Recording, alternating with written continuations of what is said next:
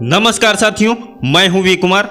दोस्तों, लाइफ में ऐसा कई बार समय आता है जब हम किसी कार्य को करने में असफल हो जाते हैं, जिसकी वजह से हम बहुत ज़्यादा निराश हो जाते हैं। ऐसा लगता है कि मानो लाइफ में कुछ बचा ही ना हो और हम निराश होकर बैठ जाते हैं। अगर आप निराश होकर बैठ गए ना तो सब कुछ खो बैठोगे। लेकिन दोस्तों, आपको पता होना चाहिए कि सक्सेस का सबसे बड़ा शत्रु अगर कोई होता है तो वह निराशा ही होती है। दोस्तों, जब भी आप निराश हो जाओ ना तो बस माँ जिराफ को याद कर लेना। जब माँ जिराफ अपने बच्चे को जन्म देती है तो माँ जिराफ तो बहुत ऊंची होती है, और जब बच्चा ऊंचाई से धड़ाम से नीचे गिरता है ना तो बच्चा बेचारा कुछ समझ नहीं पाता है।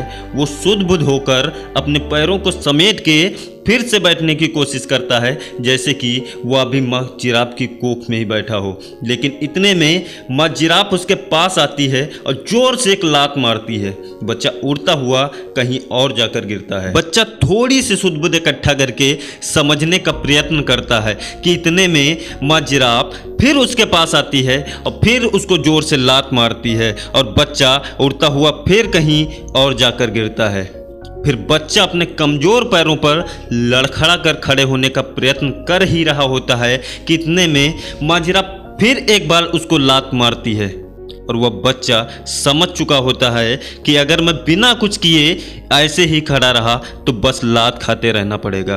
फिर जिराफ का ये छोटा सा बच्चा अपने कमज़ोर पैरों पर भागने का प्रयास करता है और धीरे धीरे वो भागने लग जाता है कि इतने में माँ जिराफ उसके पास आती है और प्यार से बच्चे को गले लगा लेती है। जानते हो दोस्तों कि माँ जिराफ अपने बच्चे को लात क्यों मारती है? ऐसा नहीं है कि माँ जिराफ अपने बच्चे से प्यार नहीं करती है। माँ जिराफ को भली भांति पता होता है कि जंगल में कई खूंखार जानवर हैं, शेर, लोमड़ी वगैरह, जो नवजात पशुओं के मांस को बेहद पसंद करते हैं। और माँ जिराफ को पता है कि वह हमेशा बच्चे के साथ नहीं रह सकती, तो अगर वह बाहर चली जाए तो बच्चे की रक्षा कौन करेगा। इसीलिए सबसे पहले जब बच्चे का जन्म होता है तो माँ जिराफ अपने बच्चे को लात मारती है ताकि वो उठना सीखे, दोबारा लात मारती है ताकि वो उठने की क्रिया उसे हमेशा याद रहे, फिर लात मारती है ताकि वो उठे नहीं, दौड़ना प्रारंभ करे। जीवन में कई बार चुनौतियां आएंगी, हम गिरेंगे और फैल होंगे, लेकिन माँ जिराफ और उसके बच्चे को याद कर लेना, जब भी चुनौतियां आए,